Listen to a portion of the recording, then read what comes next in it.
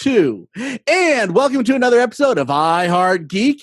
And wow, that looks like something spooky is down on the other screen there, Blythe. Are you being like the ventriloquist? Is that what it is? He's possessed. He's possessed. That if you got to be possessed by something, I want to be possessed by whatever it is that Blythe has right now because it looks entertaining. As long as he doesn't start spewing pea soup out of his mouth, we're good. What if it's chicken noodle? Is chicken noodle soup okay? Somebody, well, I prefer a good tortilla. Can his head just spin around? That would be easier. Oh, okay, that's true. I bet you would entertain your kid for hours if you could do that. Oh, yeah. Ben's already doing that on his own. We are talking about haunted houses, real and production-wise and creepy and fun and whatever it is that your deal is today. Yeah, let me introduce the panel. And, well, first today we're brought to you by the Scooby Gang. If they can't find a haunted house near you, there's nothing that's around you. You're going to have to go to the next town over. So here's the thing about the Scooby Gang. Did they ever really find a haunted house? They found production haunted houses. Okay. Okay, all right. I actually am curious if they ever had an No. episode where they found a real one. Ever. Not even I don't once. think they had episodes, but they had like their movies.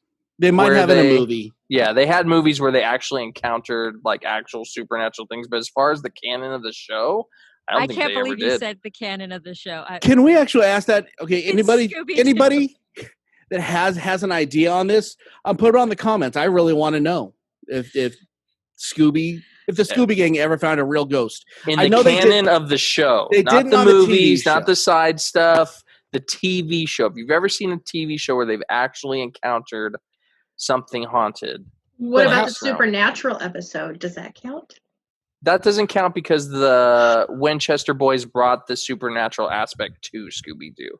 It wasn't in You're Scooby. Well, killing how me. supernatural do you have to be? There's 2 talking dogs on the show and a stoner. You know what I mean? Yeah, It's but that's true. because That's Scooby's because an of the magic alien. mushrooms. Scooby's an alien. That's not really supernatural. It's more sci-fi. That's the Scooby snacks. And as soon as Disney gets a hold of it, they're going to reorder the whole thing, and you're going to have to relearn the Scooby-Doo canon. Don't make me relearn it. I liked it how it is. Stop messing with my childhood. Reboot it. Oh. Get it out of here. Reboot it. Oh. Okay, let's talk about who we have on the show today. I'm Dub, and I produced and didn't write this episode. And we'll get to who wrote it at the last person. Dun, dun, dun. Okay, so with us this time we have Miss Christina. How are you doing today? This is your Hi. third. This is your third time or second time? It's my third. Third time. It's my third. I know. I think- So do you get, it's like, either the 3 jacket of strikes, 3? I'm out, or 3 cheers, let's visit her, or have her come again. Well, if you're not back, you'll know which one it was. Oh. Truly, that really hurt. Wow. See? Not a good guy. I'm sorry. I get to be like the guy behind the curtain this time because I don't know anything about haunted houses because I don't like them because I'm a wuss and they scare me. If And I'm a that's the case, skeptic. can we bring the curtain in front of your camera? No, I'm too beautiful. That's something we I mean, can look do? at this. Look at this. I mean, this beard, all this nicely trimmed. Look at this. I mean, I'm You're- looking. You're very loverly. wow, y'all so mean to me. See, it's funny when we do it to you. Yeah, but it's not funny the other way around for sure. Okay, we have the youngest curmudgeon on the planet. We have Mr. Blythe. How are you doing, bud? What's new? I'm doing pretty good. Not much is new. Same old, you know. Okay. Yeah, the days of 2020 quarantine. Let it end. Okay, sorry.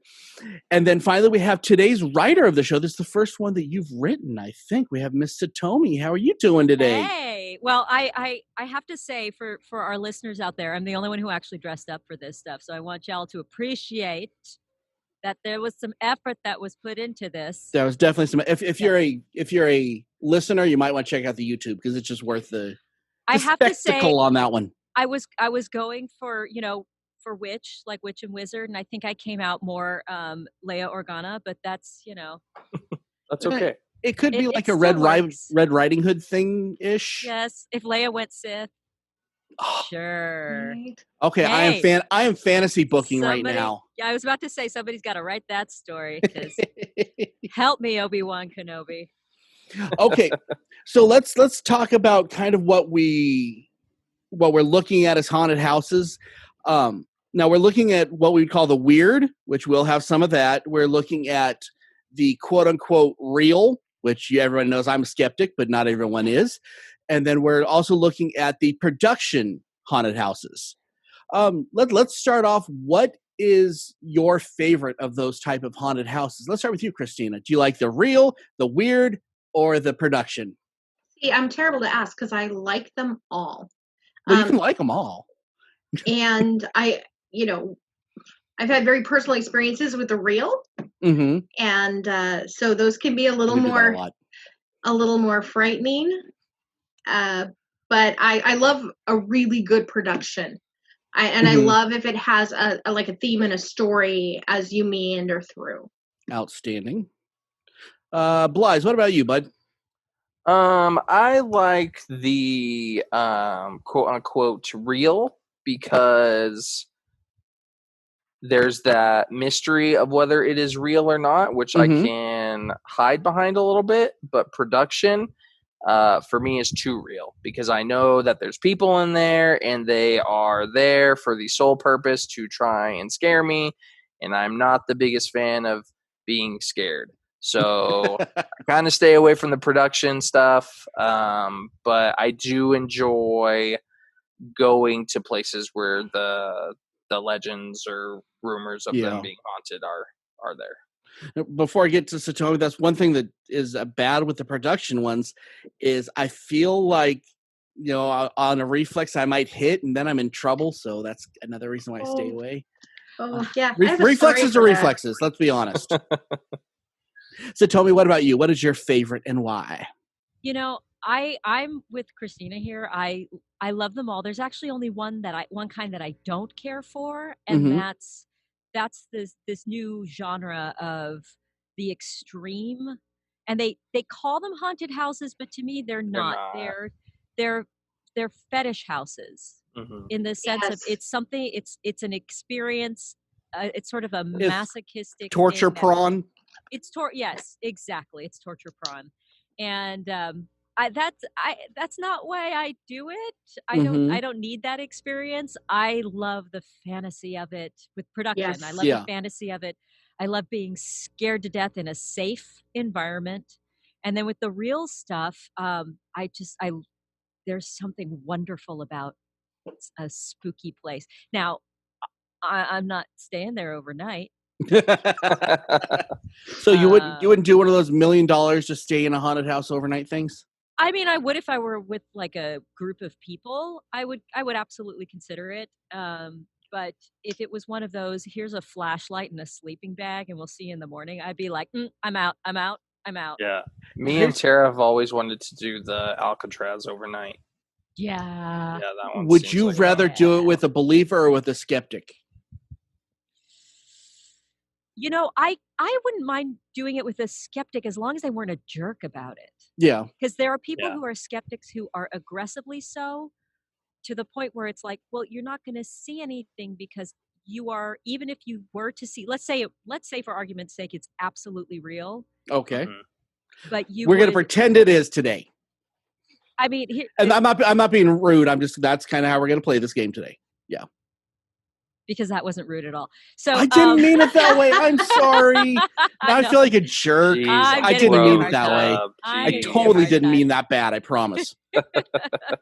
I'm just saying I'm not going to play jerky skeptic the whole time. Yeah. You know what? You got a little teeny tiny spoon. You're just digging and digging there, Deb. It's okay. It's okay. See, I've dealt with the skeptics. I think I would rather be with a believer. And I have a story about that. So. Yeah, I think Satomi's right. I think as long as the skeptic wasn't being a butt just to be like, I think what you were going to say is if it is real and something were to happen right in front of someone who is so skeptical that they have no openness to it, it doesn't matter what they see.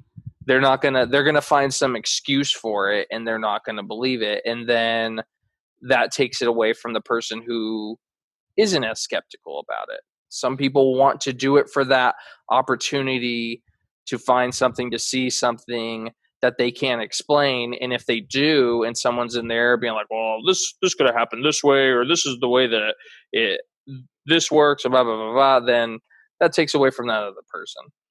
There's a Right. way to not believe it without stealing something special from somebody else. Well, you can be logical and still shut up.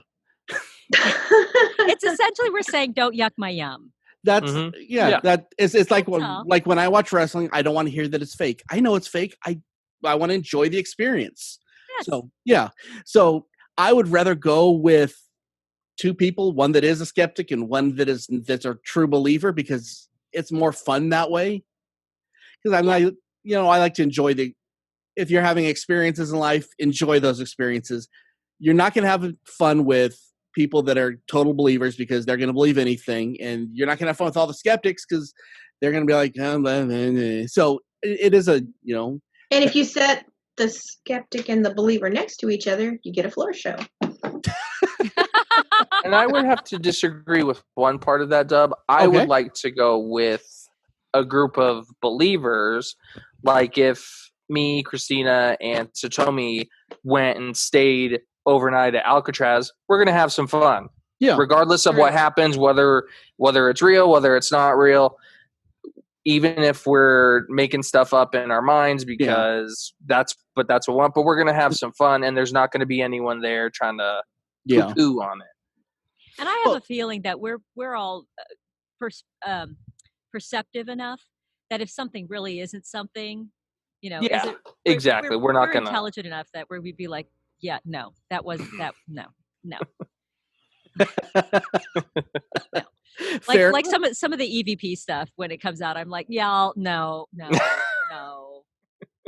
EVP. Electronic voice phenomenon. As an audio guy, I'm just gonna stay away from that one. Y'all can believe what you want to believe on that one. This guy. I'm not being. Yeah, I like to see both sides, but I like, if I'm going to just go enjoy it, I want to be with people that believe enough that it's fun, but people that are skeptical enough that you don't get too carried away into that world. If that makes sense. Yeah, that's this group. Yeah, I think we're around there. I think would be super fun, actually. Ooh, road trip, y'all. Yes. I think it's too, because like if you have a grand and a big imagination, it's easier to start to be a little bit of a believer because it's fun to believe it. Like it's really fun. Yeah, it is. Yeah, that's why we watch movies and read. It's why I tell my kids ghost stories. Yeah. So y'all remember your first haunted house, and I'm curious on does it still stick with you? Was it a good experience, bad experience? And I think that my proclivity towards not liking haunted houses was the first one it was done by teenagers, and they were mean, like mean, like rotten, and then they throw food on you, all that stuff, and it just didn't appeal to me after that. It was like, and so maybe that's what did it. But I don't like being scared. I don't like being in a situation that people can mess with me and I can't mess back. And that just goes back to being a kid. So maybe that's towards why I didn't like it. But I know y'all probably did like your guys' first haunted house experience. What did you like? What didn't you like? Yada yada. Let's start with you, Blythe. I don't think I had a haunted house experience until I was in my mid-20s. So last week? Wow, that late. Yeah, I never was super into it. Like I said, I'm not super into. Here's the thing. I love scary movies, but I watch scary movies like this.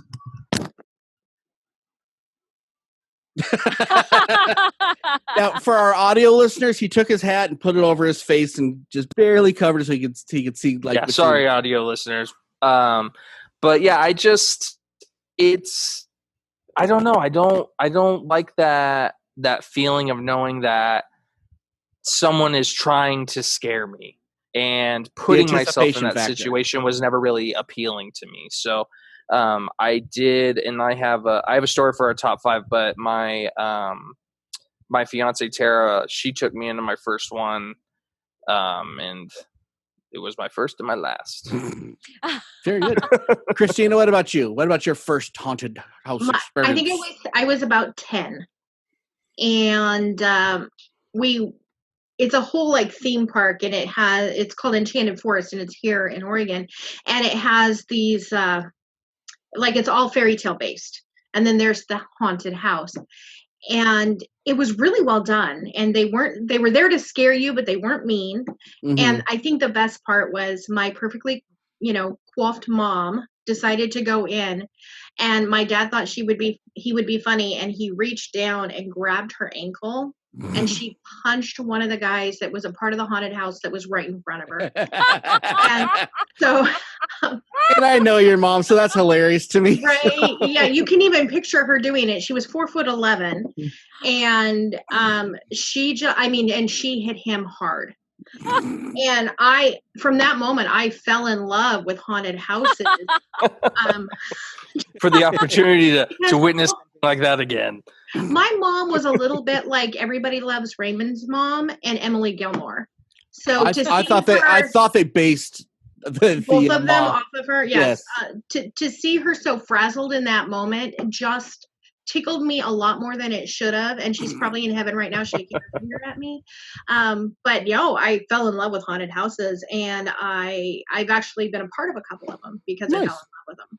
That's awesome. I got to tell you, that story reminds me of a friend of mine who I did a show with from Kentucky, and her name was Laura Lay, and she actually had a really thick accent, and I took her to a haunted house, and how the whole thing would go is someone would jump out and go, boo, and she'd go, no. Someone else would go, boo, and she'd go, I hate that. Oh, I love Southern accents on stuff like That's that. Awesome. Oh my gosh. The whole time, like angry. No. Get away from me, Satan. Bless your heart. To this day, it's my favorite. Hi, Laura Lee. Christ compels you. Okay, so what was your first, Satomi? We're going to talk a lot about this one, but my first was actually the Haunted Mansion at Disneyland. And I was little, and I was terrified, and my parents sent just me and my brother on together all by ourselves. And it was so scary and yet so magical. Yeah. Because of course you're completely surrounded by this experience, by this world. And then in classic Disney fashion, and I don't know if everybody knows the story about it, but there was a lot of argument about whether to make it scary or funny, which side to go on. And the argument was between two designers whose names escape me right now. And they finally compromised and said, well, you handle the front end and I'll handle the back end. So the back end is funny and fun and silly. And there was something about going from the scare to going to the delight. And I was like, I feel like for me. I feel like it was definitely sandwiched in there a little bit, because you start with those paintings, and they're nice and cartoony. I mean, it's a little scary, I guess, when you're a kid, and honestly, the cartoony is what made it so that as a kid that I could separate it and it didn't like make me pee my pants. And I always I appreciated that, because I don't like being like scared type stuff. But the cartooniness made it so that it's, the haunted house is still a enjoyable experience for me. We actually got stuck. We loved it so much we went back over and over again. We got stuck at one point in front of the breathing door. Oh. Yeah. So we're in front of the breathing door, and everything stops, and then the guy with the voice comes on, and he said something like, something about, where the ghosts are getting into the mechanics or something. Yeah. And ended it with, please stay seated in your doom buggy. And it was over and over and over again. I think that was the scariest thing that happened on that ride. That would scare me a bit. Yeah. So what makes a good haunted house versus a bad one? And again, we're talking on the production level right now, because we'll talk about the other stuff later. But on the production, what makes it good? What makes it bad? Is it the story, the actor? I mean, I know all this really is a part of it, but what's the important parts to you? If if Blige was to start going through these, what does he want to see that would be like, this is cool, I like this? I can tell you from the perspective that doesn't go through a lot of these things and doesn't really find it. To me, I feel like the best scenario is you have some sort of story that from point A to point B you kind of go through when you're going through it. And I think a big part of it would also be the cast of people that are doing it. Mm-hmm. If the cast of people that are doing it are all there having fun and their motivation is more to have the people going through it having fun as opposed to just trying to scare, like they're trying to scare them, but not to the point where they like want to make somebody cry. Yeah. And I think that's what you were saying with your first experience, Stub, is that was the experience that you had. You just have a group of kids that were just being mean about it. Mm-hmm. So it loses that fun factor, and it ruins it for somebody, because out of the however many people they did that for, they made at least one person not ever want to do something like that again, which stinks. Yeah. I mean, I don't hold it against them because they were kids and they were having fun doing what they thought they were supposed to do. Mm-hmm. You know, there's no hard feelings, but yeah, that's it. The more I think about it, the more I realize it tainted me a little bit. Yeah. What about you, Christina? What do you think makes a good haunted house? Similar, but it's the ones that aren't there for the paycheck. Like when I go to a haunted house or a production, first of all, I love a great story.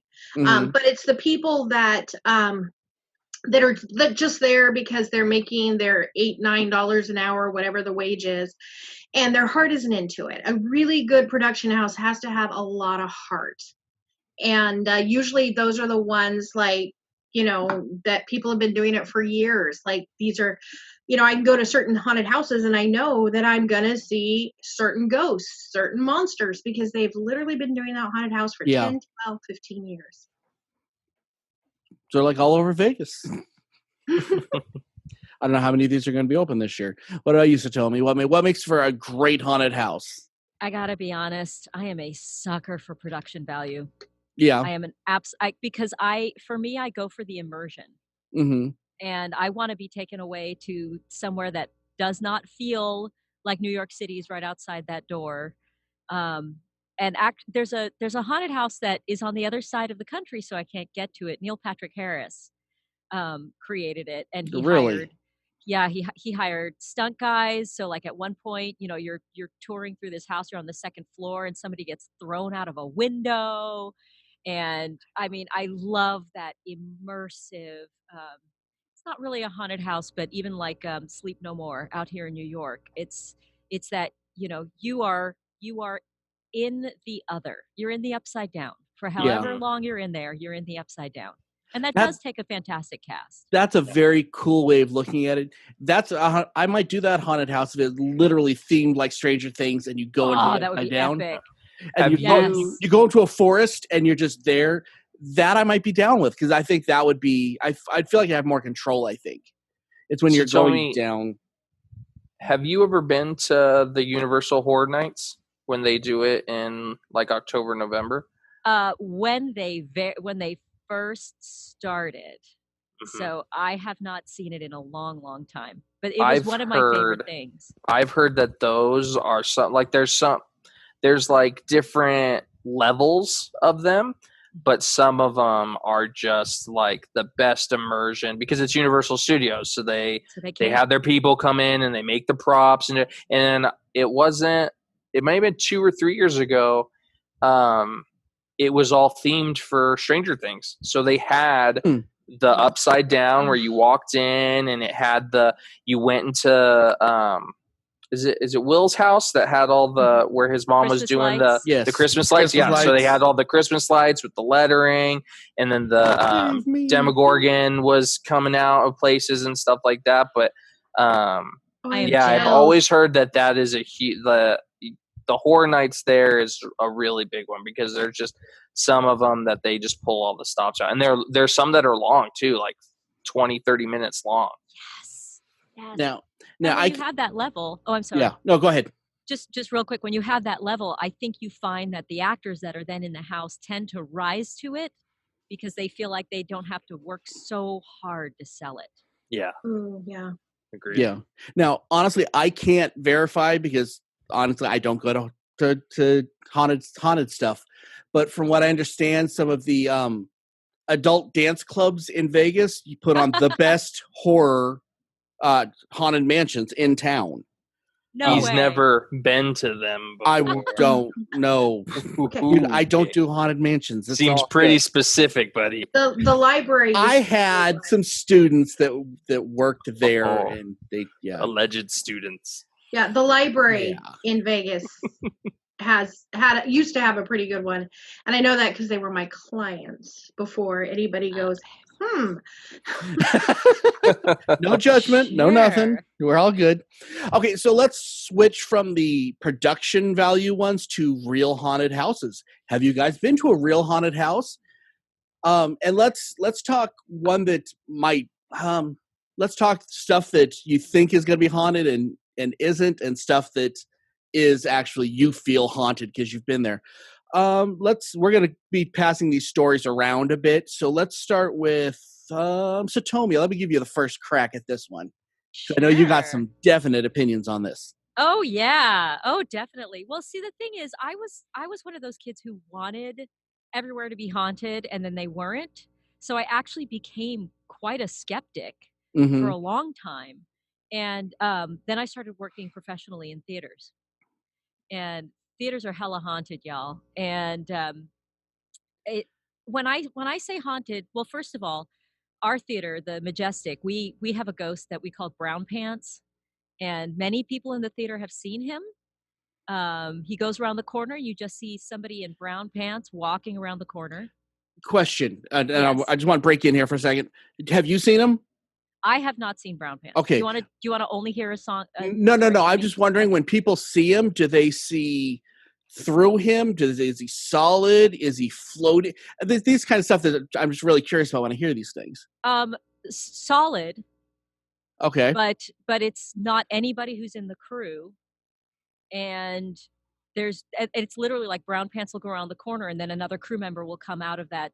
It's the cross under from the hair room area to underneath the stage, and they'll see him, and then somebody will walk through and they'll be like, who just walked in? And they said, I don't know what you're talking about. Yeah. Like they would have had to have walked through each other.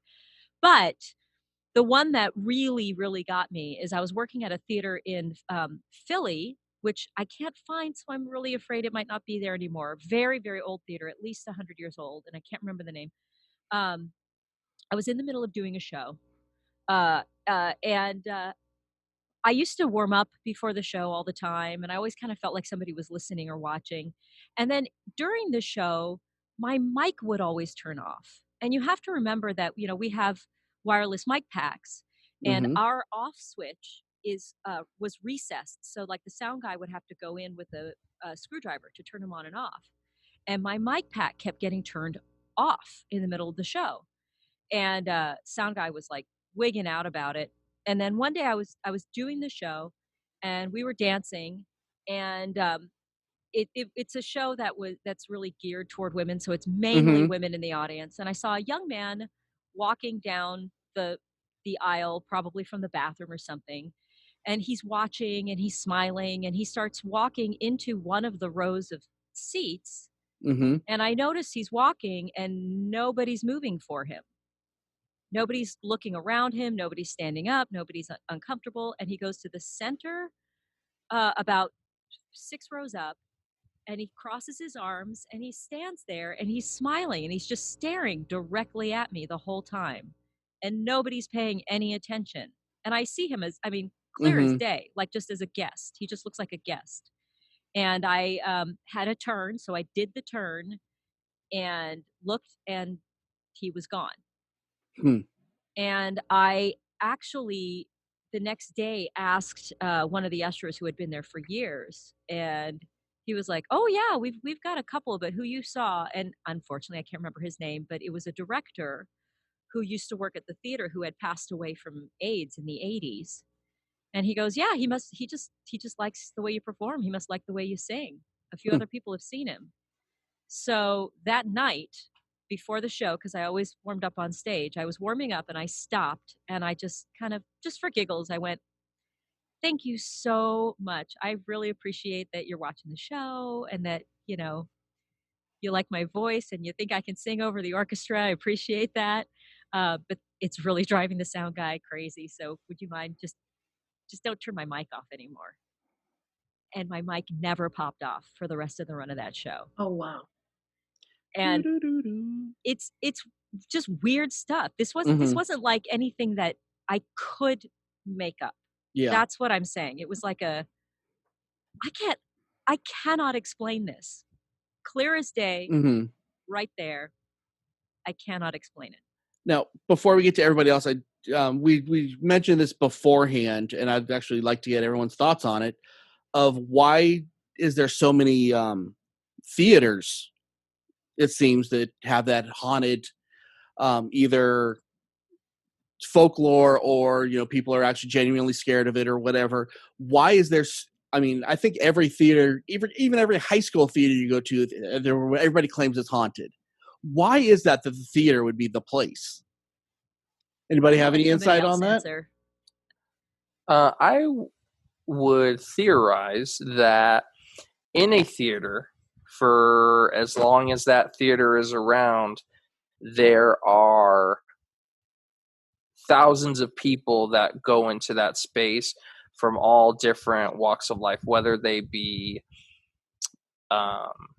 cast members, production people, maintenance people, the audience themselves, and the amount of energy that takes place within those theaters is unlike anything in a lot of places.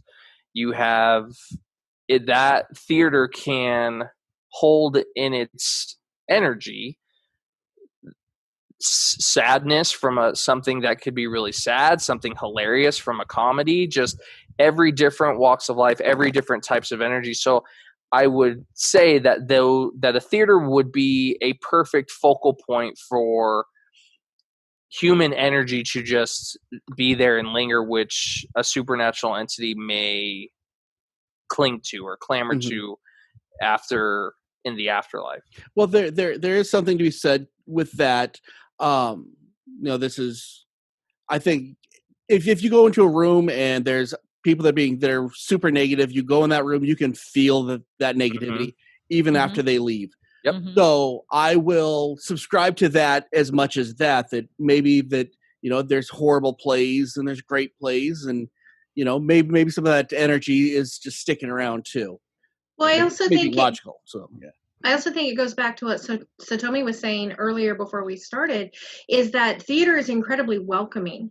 And, you know, for me, when I found theater, it was the first place I fit, you know, and I don't do it anymore. But for that season of my life, I found a place that I fit in and I belong. And so you draw all sorts of people, all sorts of energies. And if you really felt like you belonged and you fit, maybe you don't want to move on. You don't want to leave that Interesting place. Thought. I really like just to go on kind of, I love both of your answers, and to kind of build on what Blythe was saying. You know, in theater, we are always striving to express the human experience.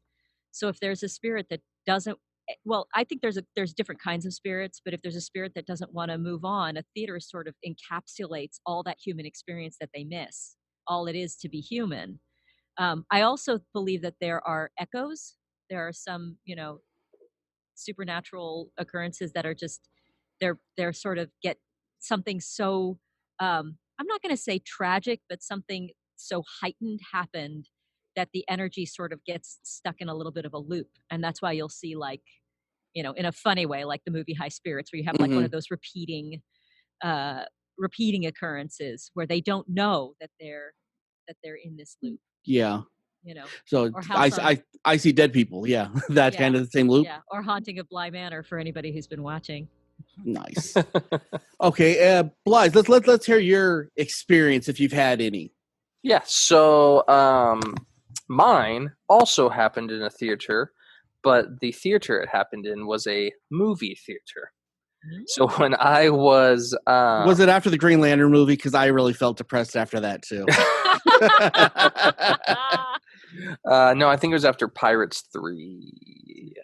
Yeah, that doesn't make it any better. No. So I used to work over at the South Point Casino inside their movie theater for all of our Las Vegas residents.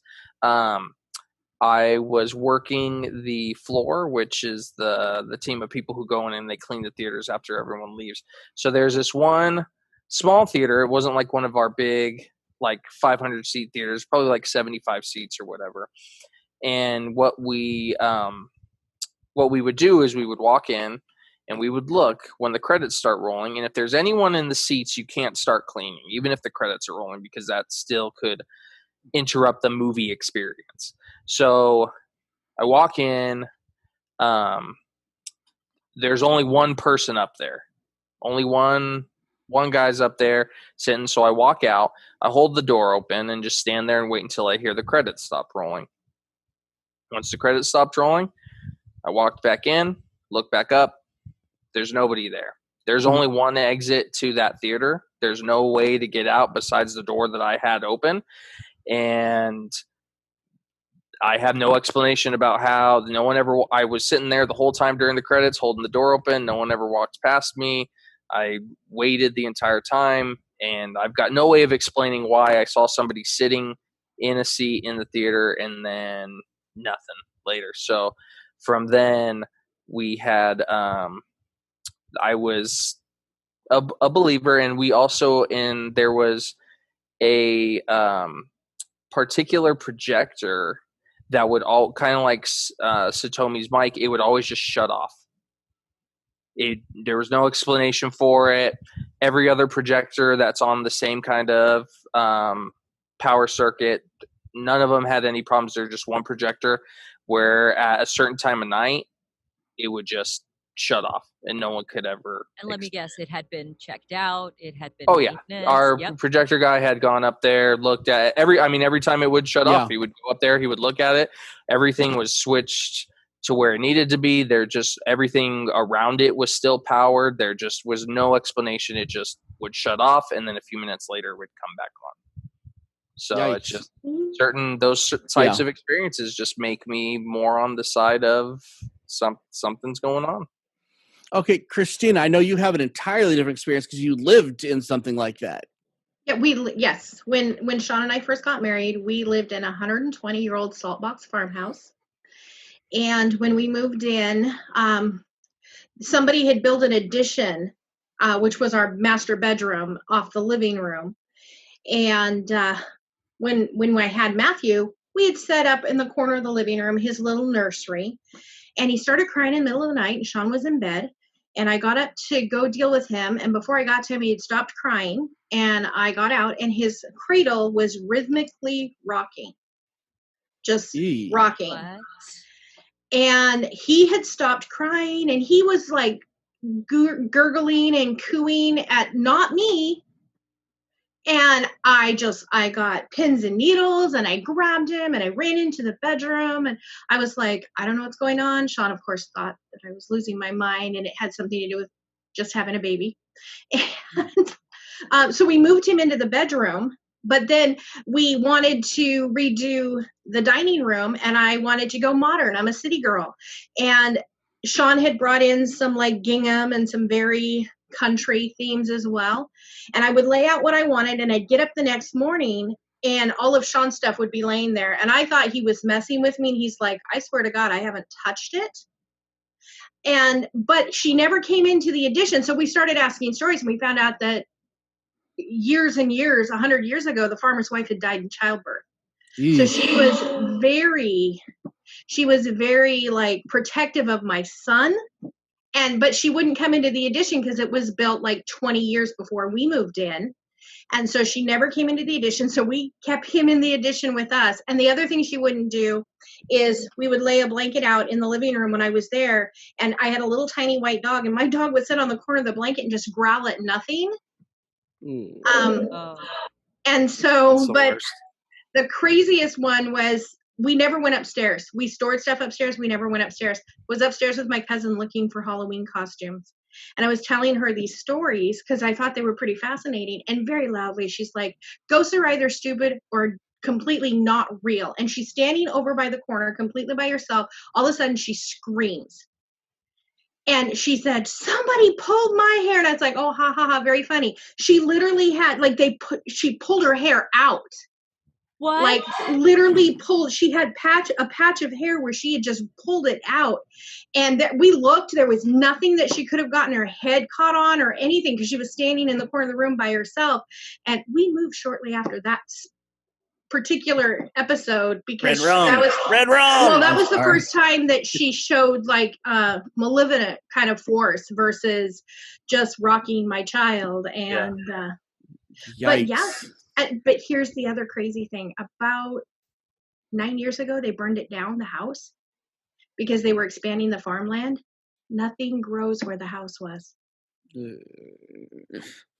Wow. Yeah. So I'm sort of curious what would have happened if you had allowed her to play with your kids sometime.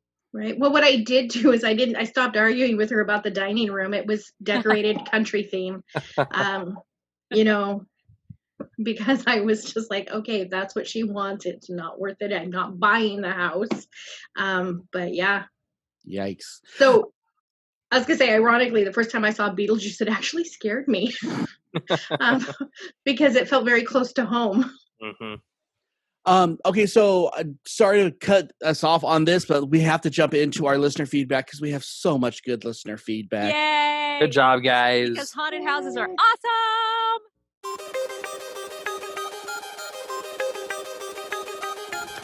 And now, let's see what all of our geek rock stars have to say.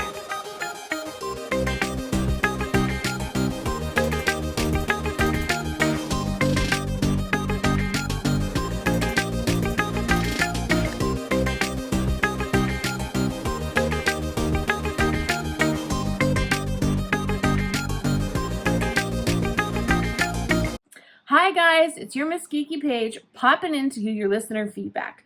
Thank you to everybody for all the listener feedback. You gave us a lot. We really, really love it. So this week's question was, do you like haunted houses? And what is it about them you like them or you don't like? I think it's really interesting as we go along. You guys will see that some of you took traditional haunted houses as the meaning of this. Things like the Haunted Mansion or things you would go on a carnival. And others looked at haunted houses as actually haunted houses, paranormal, investigatory kind of places, and I love the gambit of that. So TC says he loves them. You know, it's all hooking to put up job, yet proper haunted houses play on your intellectual uncertainties. Really like that comment, TC. That's good. Oscar Vladria says he lives for haunted houses. He loves them, both the fun Halloween one and actual haunted locations. He's been interested in ghosts and the paranormal since he was in kids, so along with the thrill of scaring and getting scared, which he loves about Halloween, is the curiosity of what happened in the house or in the haunted location. Pretty cool. Dino Gango says he prefers the haunted walks or hay rides. Haunted hay rides are actually pretty fun. If you've ever done one, you guys haven't ever done one, you guys totally have to check it out. As much as a horror fiend as Dino is, he's a little claustrophobic with the crowds inside a haunted house, but he does enjoy them for a thrill.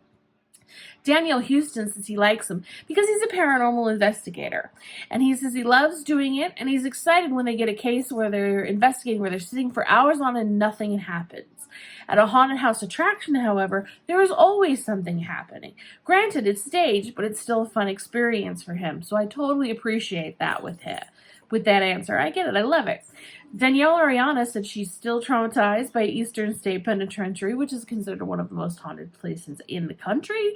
The other, for anybody's wondering, is right here in Nevada. It's Goldfield Hotel, but that's just a side note for me. Michelle Silva says she was chased by a huge guy waving a running chainsaw outside of Cornfield at this haunted house place, and she was traumatized. She hasn't set foot in one since. I think that would probably be traumatizing for me too, Michelle, so I completely agree. And finally, Erin Polinispertu, she's curious as to if everybody's read about the haunted house on Lombard Street in San Francisco. She has left the link for that, so if anybody wants to take a look at it, go ahead and do it. I personally love haunted houses. I like haunted houses if there isn't a dark room, because they do not like being in the dark. Haunted houses don't scare me, but I find them fun and silly to go through. And then the paranormal side I like too. So this is your Miss Geeky Paige, and there's your listener feedback. Have a great spooky week, you guys.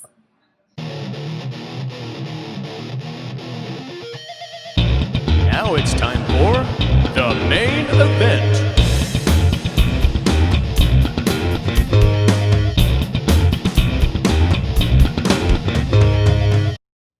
Thank you, Courtney, for reading those listener feedback, because you know I hate doing it.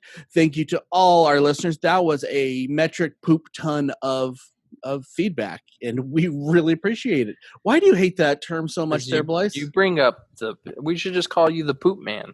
Okay. Or we'll just call it the poop MPP. deucer. I have no issue with making poo-poo jokes. It's he's the poop deucer now. Everybody did see that post like we that. put on Facebook about, I put a fart thing up, and it's everywhere. Stubbs gonna Come make on. a new movie. He's gonna call it Poop Fiction. Yes.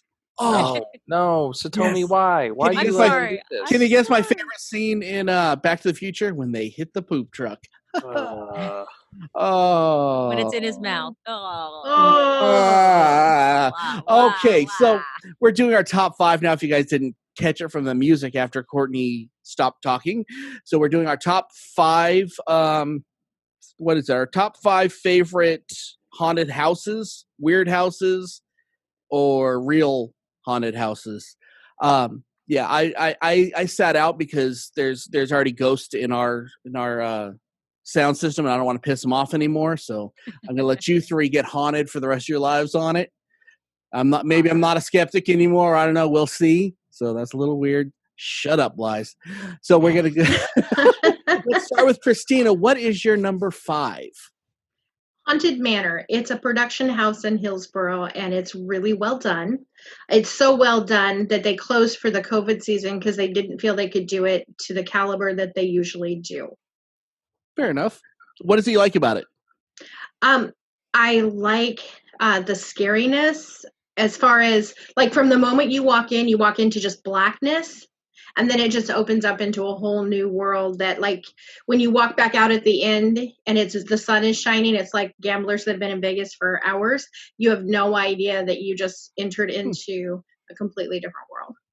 It's a whole new world, and Aladdin comes out. Sorry, I couldn't help it. I tried not to. Oh, do it. It was in my head. It's It was in your head when she said I it. was thinking it too. Yeah, yes, I wasn't the only one. Oh, and I don't want to get sued. Otherwise, I'd be singing it right now. Blythe, what is your number 5? My number 5 is oh man, it's the same as one of Satomi's. I forgot I was going to change it to Satomi, so I'm sorry. I'll let you go into it later, but it's the Winchester Mansion. I went there once. It's fascinating, but I'll let We got some Satomi history expand. on it, Well, I know. Yeah. we'll talk more about it. I think that this would have been one of my picks as well. So this was this is a good one. Yeah. So tell me, what is your number 5? I'm a big fan of the darkness in St. Louis, Missouri. Do you believe in a thing called love?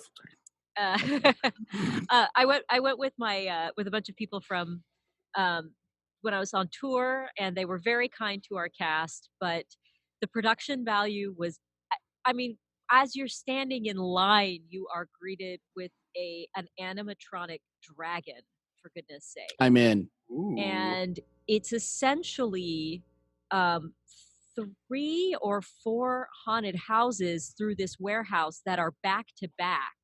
So once you're in for about a half an hour or a little bit longer, and it's just non-stop.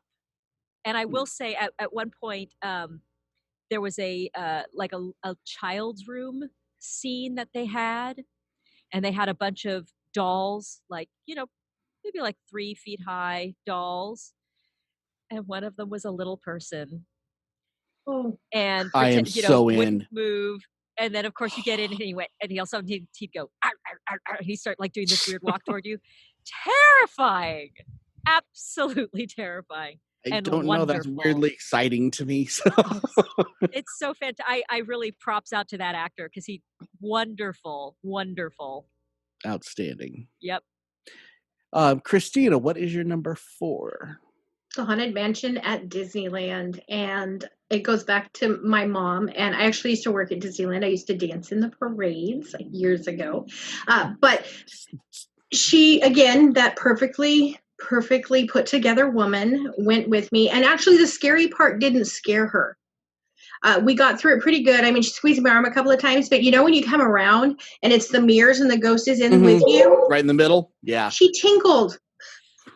It scared her so bad. She tinkled. And that's exactly her words. Oh my God, I tinkled. This leads to questions. Do they have to shut down the ride? Do they just pass it off like next kid's not going to notice? Right. No, they jumped on and they wiped it down. I will say that. So it's a common occurrence then. Clearly they were prepared for tinklage. Wow. Anything that children are on, you just kind of have to prepare for bodily fluid. Right. What is the scary part of the Haunted Mansion? Because I always looked at it very cartoony, so I didn't ever see it scary, except maybe the head and the crystal ball. That was a little creepy. There's some parts of it that are just dark, and they have the coffin that's got the hand coming out of it, and there's the breathing door. The breathing door, yeah. There's the bride, right? The bride, yeah. Yeah, the where she's Black Widow. yeah. There's just parts of it that are definitely more spooky than others. Yeah. Actually, who did a great version of that was, if you watch Ready Player One, had that dance scene like the Haunted Mansion. Oh yeah, that was actually a really good, scarier take on Haunted Mansion, I think. Blythe, what is your number 4, sir? My number 4 is the Universal Studios. What was it called? Tower of Terror? No, it was the Universal Studios, Universal Monsters haunted house. It's just, so now it's The Walking Dead. So it's like a haunted house where you go through, and it's like the show The Walking Dead, where you walk through the hospital Rick was in, and then you walk through some of the houses. But before that, it was all the Universal monsters. So they had Dracula, Frankenstein, the Wolfman. I could go through that. There just a bunch of movie monsters in there, and it was a haunted house. So that was the one that I mentioned earlier in this episode that I've ever gone through, because I went through it with my fiance, and the entire time I hid behind her. So my face was in her back. You're such a man. Because she's one of those people that don't get scared at all. So she's egging these people on. Oh, come on, you're not scared, all this stuff. So I'm there, already terrified. She's just looking at them smiling, which makes tears running down his face. Yeah. Which makes them want to try harder to try and scare people. So not everywhere. Yeah. First and the last. You had a bullseye on your back as soon as you walked in. Exactly. So tell me your number 4. I'm a big fan of the Bates Motel. I've been a few times. They're in Philadelphia, PA. It's not in Philadelphia. They're in PA. Sorry. They're it's on a farm, and because of that, so they've actually got a building that looks like the Bates Motel, and has a traditional walk-through haunted house. Then they have a haunted corn maze, and people with chainsaws will jump out and chase you. And then they have a wonderful long full production hayride, complete with a gas station that's on fire, and oh my gosh. You start by going through a huge gate that's a gaping maw of a dragon, and their actors will actually jump on the tractor with you and scare you. It's just the production value, and then you're outside in this rural area, so there's very little light pollution, and that's already terrifying to me. I'm a big nature City lover, girl. and I know what it's like to be out there in the dark, and I am not down with that. Because it's that feeling of anything can happen. Anything. And it's 360 degrees. There are no walls. There's nothing Yeah. to put your back against. If you put your back against a tree, there could be something behind the freaking tree. I'm just Dragons. saying. You made it okay though. I have family in Wisconsin, and one of them owns a dairy farm, and on that dairy farm he had a huge cornfield, and me and my cousins were out And playing. on the dairy farm he had sorry, go ahead. And me and my cousins were throwing around the football, and one of my like older cousins was being a jerk, and just it was nighttime. There's no lights anywhere.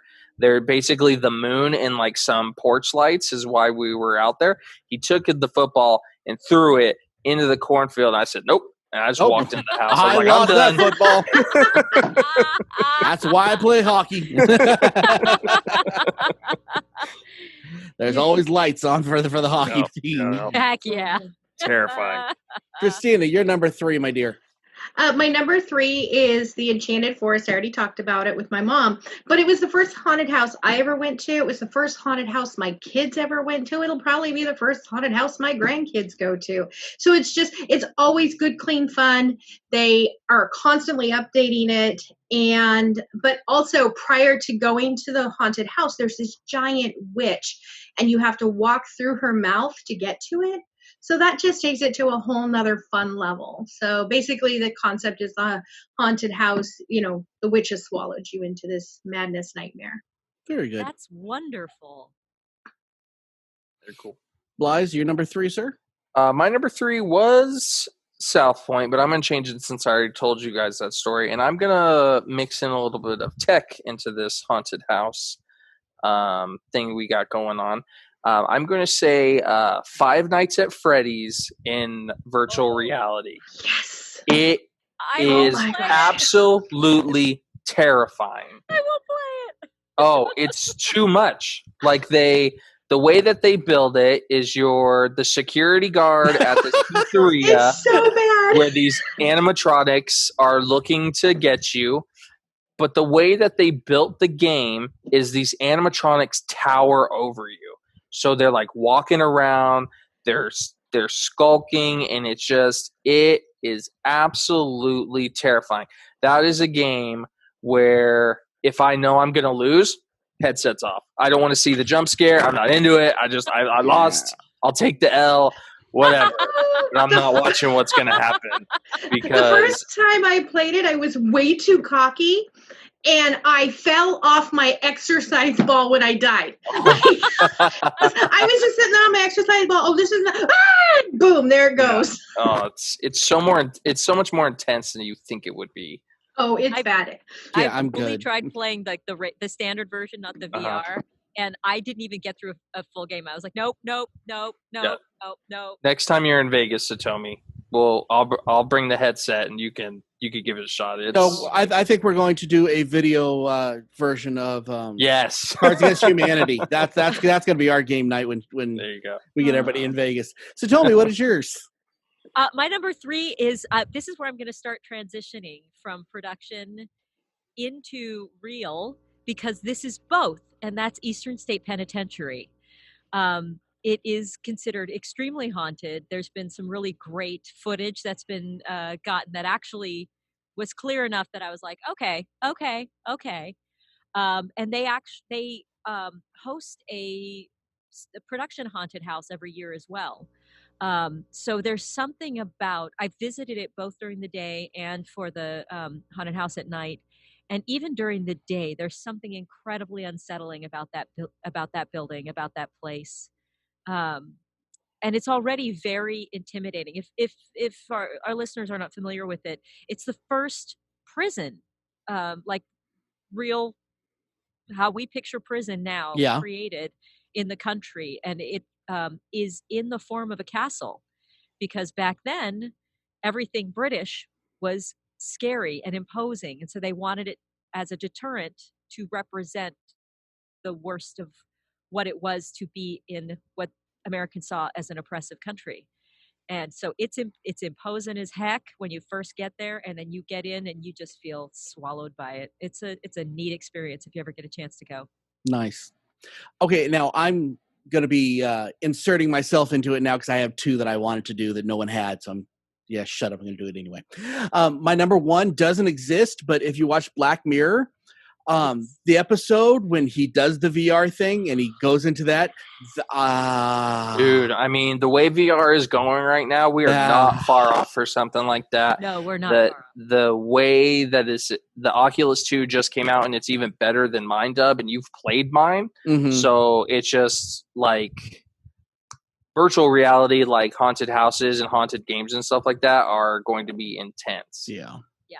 But yeah, that and what he was in there for a total of 0.4 seconds. Like, there's some apps that have that. You know, they're AR, they're not VR. Yeah. Or put stuff in your house. Oh, I mean, like I was actually backstage and played it with my dresser because she's down with that, and we played it in the wardrobe room and actually screamed our heads off to the point where one of the crew guys thought something had happened. Outstanding. But it's honestly, I say, whether I believe it or not, that's fun to play that kind of stuff with people that are into it. Yeah. If I'm going to play a game like this, I want to play with people that are into it, because that's the experience is the experience is the experience. Christina, what is your number 2? My number 2, it's the McRobbins house, the one we lived in, but we set up a phenomenal haunted house the Halloween we lived there. Mm-hmm. Sean dressed as a dead Union soldier. I dressed as his wife, who he had slit my throat. And I want to go to your house. And Sean was very creative. We had bought a hot tub. We had not hooked it up, so he filled it full of red food coloring and mannequin parts. So that's dark. It was Confederate stew. And but we scared the crap out of people, but we made them watch Children of the Corn, and then we purposely lost my brother in the cornfield.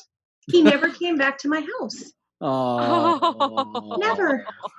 He was an adult. He wasn't like 12. He was 24. 13. No, he's 24. But I was super proud of that. I was super proud of the heart we put into it, the feeling we put into it. And we did it outside with this big imposing house behind you as the backdrop. And like what Satomi said, 360 degrees, there's no place you can turn. Yeah. And the barn was falling apart, and that's where we took everybody past. And we had a steer at the time, and his name was Stony, and every time somebody would walk past, he'd just snort, and the steam from his nose would just be like, and people couldn't tell if he was real or if he was something we had set up, so that made it even funner. So if you should accidentally happen to have pictures, you could put these up on the Facebook page. We'd all love to see all this. I know, but the problem is this is before digital cameras, so I would really have to dig into storage. I think they're with my guitar. I have boxes and boxes of photos I got to pull out. I know. Blythe, what do you got for your number 2, sir? My number 2 is the Queen Mary, haunted ship in Long Beach, California. Lots of folklore behind that one. Yeah, lots of folklore. We never experienced anything, but it was pretty cool to stay on it. Not just that you got to like stay in a boat as a hotel, but just the stories behind it, and the some of the crew and people who work there ham it up a bit. So you hear all the different stories about you should go to this place, this part of the ship at this time of night. And I was like, oh, that's too late, bud. I'm sleeping, into it. yo. But I don't think I'm getting up at 3:00 in the morning for a chance to hear a kid laughing or something. It's a little too much. Very good. So, Satomi, your number 2? Well, before I hit my number 2, I just want to say massive props, Christina, from a haunted house creator as well. We actually have a party every year at backstage at the Majestic, and we have the kids trick or treat through the theater, through backstage. And my floor has become quite well known because somebody goes all out, because that's how we roll, y'all. But anyhow, my number 2, because I grew up in the San Francisco Bay Area, so Alcatraz absolutely has to be there. It's got so much lore. It happens to be a really beautiful place. But much like Eastern State Pen, it's a place where there's a lot of pain. So there's a lot of echoes. Fair enough. I mean, that's famous. And honestly, I've done the tour of Alcatraz, not at night or anything, but it is a fascinating place, whether you're doing the ghost thing or not. Yeah. Yeah. And there's some spots that whether you're a skeptic or not, you feel stuff there. Yeah. And the I'll whole thing just we talked about with energy. leave that at there. Okay, and so I'm gonna do my number one since I weaseled my way in, and that would be, and yes, this is very macabre and very dark, but I want to go to the suicide forest in Japan. Oh yeah. Just I say, being the skeptic that I am, I want to see. It's just and I'm good. If I went, I would make sure I was having a very good day and very happy that day. But it's just really fascinating to me that why everybody picked this spot. It just seems very interesting to me, and I know it's dark, but yeah. Christina, what is your number one? The Elsinore Theater here in Salem, Oregon. It is definitely haunted. There's a couple of major incidents that triggered it. There was a young boy who was murdered in the men's bathroom, and men will come out of the bathroom white as ghosts because they've looked in the mirror and seen blood on their own faces. Mm-hmm. And then the owner's daughter fell from the balcony, and she died there. And so there's even like a legendary cold spot in the middle of the stage. And I used to perform there, and we were doing this really cheesy show, and it was a Christmas show, so nothing scary. And I was singing an operatic version of Deck the Halls. And the fa la la la la's were 7 gentlemen behind me with kazoos. But as we were rehearsing, I all of a sudden just got uncontrollable chills. And they were like, we have to move her. That's the cold spot. And they had to move me forward like 2.5 feet because I couldn't even sing. And I was wearing a very formal opera looking gown with the lovely cloak. There was no reason. Normally when I'm in that, I'm sweating but I couldn't sing. I couldn't stop shaking. And that's how I actually heard the story. Was the stagehand that had been there for years and years and years set me down, and he told me the whole history. And he was like, that doesn't happen to many people. He's like, but he's like, that's kind of like them saying, hey, good job. I'm like, oh, they're going to freeze me to death. Great job. Was that during performance? No, it was during dress rehearsal. Okay. So they moved me forward, and but yeah, scared the daylights out of me. Mm-hmm. Okay, we're getting like weird feedback. I've heard it too. That was weird. This is weird. The ghosties are here, y'all. Yeah, so that was spooky. We're gonna start wrapping this quick. Blythe, go. My number one is one of the most haunted places in the U.S. It's Waverly Hills Sanatorium in Kentucky. I've seen the outside of it, but I've never got to tour it. But it looks really spooky. Very good. So, Tomi, I know we're all going to want to chime in on this one. I know we are, and that's why it's saving the best for last. Winchester Mystery House in San Jose, California. You should go. Love it. It is such. They're actually doing virtual tours right now online, and it is a beautiful place. It was built by Sarah Winchester, who was she inherited the Winchester fortune. That's the repeating rifle, which is the gun that won the West. And she started being haunted by victims of that rifle. And the spirits told her that as long as she kept building on the house, she wouldn't die. So until her dying day, they had her fooled then, didn't they? Yeah, well, she lived for quite some time, but 24/7. So 24/7 building. There are stairs that go up and end at the ceiling. There are doors that go to nothing. That go to nothing. A 2-story drop there, or just to a wall. It's a very kind of maze-like layout, because the idea is, she was trying to fool the bad spirits into getting lost. And there's passages everywhere. Yeah. Oh. Yes, it's just. I mean, it's cool. the real deal. It's such a great. Does anybody else have stories about it? Because I get, from what I understand, even like last year or the year before, they actually discovered a room they hadn't seen before. They're still discovering stuff in there. Wow. Yeah. It's cool when you go there and you hear the history behind certain stuff, because they talk about it, and the money she got, like, I think weekly, she got money from the estate or whatever, and it was equivalent to like one of us getting like $30,000 a week. So there's like windows there that are beautiful because they're like stained glass windows that have like specklets of gold in them. Mhm. And if you even past like the whole like hidden rooms and weird walkways and stuff like that, just some of the stuff that she put into that house is It's just gorgeous. yeah, it's beautiful. And only a sixth of it is left. It used to be over 600 Yeah. rooms, Hmm. and much of it burned in a fire. Parts of it collapsed in 1906 with the earthquake, Mhm. and then a bunch of it burned. So all that's left is about 100 rooms. So if you Yikes. imagine what's there, and then Multiply it. multiply it, Yeah. Yeah. and the gardens, which are stunning. So Mhm. Yeah. It almost could have been one of the wonders of the world, honestly, Oh. if it would have Yeah. been Oh, for complete standing. Mhm. certainly. So as we're closing this up, happy Halloween, everybody. I know it's right Happy before Halloween that this Halloween. is coming out, but I hope you guys are enjoying yourselves. It's the most wonderful You time. got your seasons all mixed up. But I would like for you to tell us about our favorite charity there, Satomi. Broadway Hearts. We are at BroadwayHearts.org. We bring interactive music to kids in hospitals and then offer them a art scholarship to help them transition back to life in the real world. It's a lot of fun. You can check us out, BroadwayHearts.org, or you can check out our YouTube channel where we create bespoke videos by request from the kids in these hospitals. Great cause. You guys should be involved in as much as you can. My last thing I'm going to say, I know Facebook has told you a million times and Instagram and everything else. We're saying it literally with no bias at all. Vote. And Vote. we don't care who you vote for, and we don't want to know who you vote for.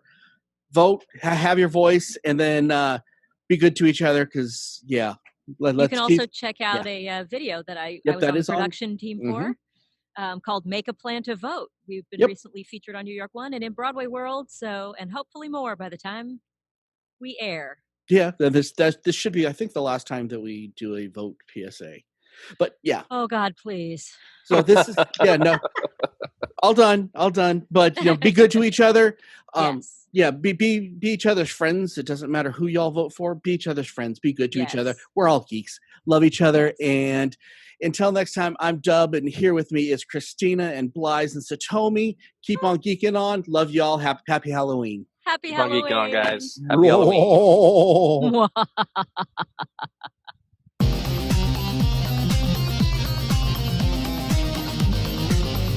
You have been listening to the latest episode of the iHeart Geek Show.